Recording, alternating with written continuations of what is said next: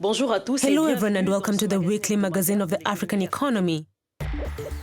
In this issue, difficult access to electricity in Africa, only 43% of the population has access to electricity according to the latest World Bank reports. Fall in cobalt prices, the Democratic Republic of Congo is faced with the challenge of diversifying its economy, highly dependent on the mineral resources. More and more motorcycle taxi companies are developing in West Africa and gaining increasingly important market shares, particularly in Lagos, a commercial capital of Nigeria.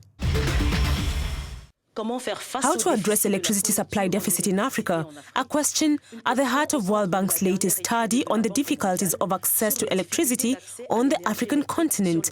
According to a study conducted in 20 African countries by World Bank experts as part of the Living Standards Measurement Study, only 57% of households in areas served by national networks are connected. Low demand, production deficit, and extreme poverty are mentioned as obstacles to electricity production, among others. William Baiha and Eric Oteng with more. The most expensive electricity rates in the world are paid in Africa, and this has negative consequences for household access to electricity. According to a recent World Bank study, many families are not able to support the burdens of connecting to the electricity grid. In fact, 56% of electricity access problems are linked to low demand. Simply put, there's a sufficient supply of electricity in Africa, but the demand is very low.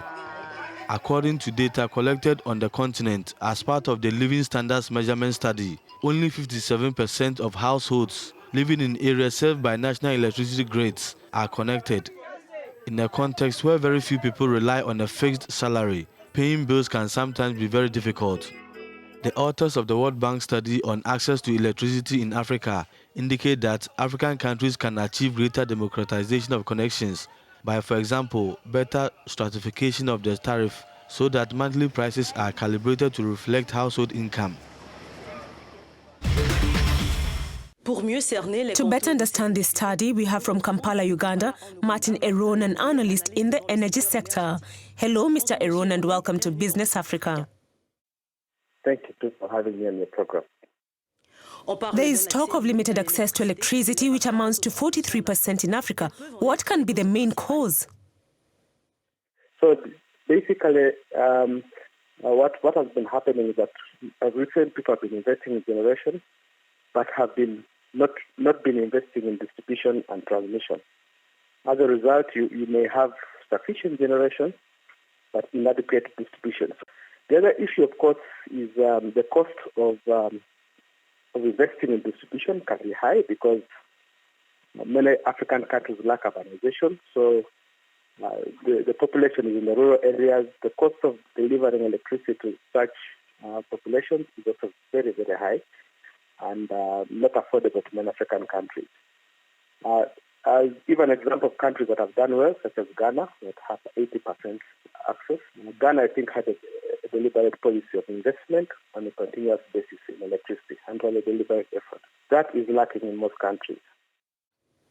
In your opinion, are national distribution policies sufficiently designed by African governments? I don't think so. There are two schools of thought. One says you can do it as a public sector investment. The other school of thought is that the governments are not efficient. They are very poor at managing the distribution companies.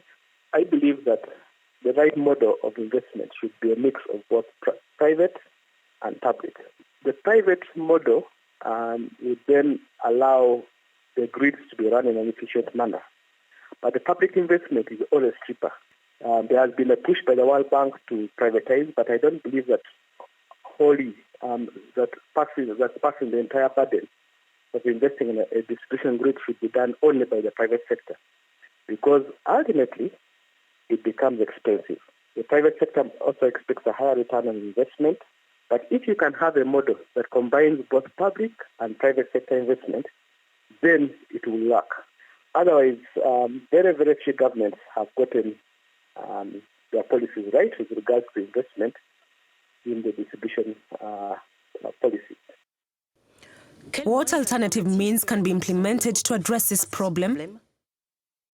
I think one thing, of course, I'd always say is continuous investment on a year-to-year basis, and try to avoid lump sum investments, because many African countries are trying to invest at once, like to make up for the lack of investment in the past.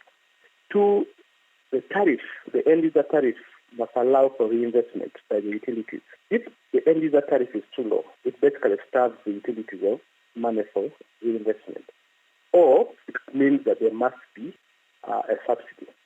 So I'm saying that African government must therefore allow continuous investment. They must allow for a cost-reflective tariff that allows reinvestment. And then also they must take on, that the utilities must take on a sustainable debt. They must not borrow more than what they can pay back.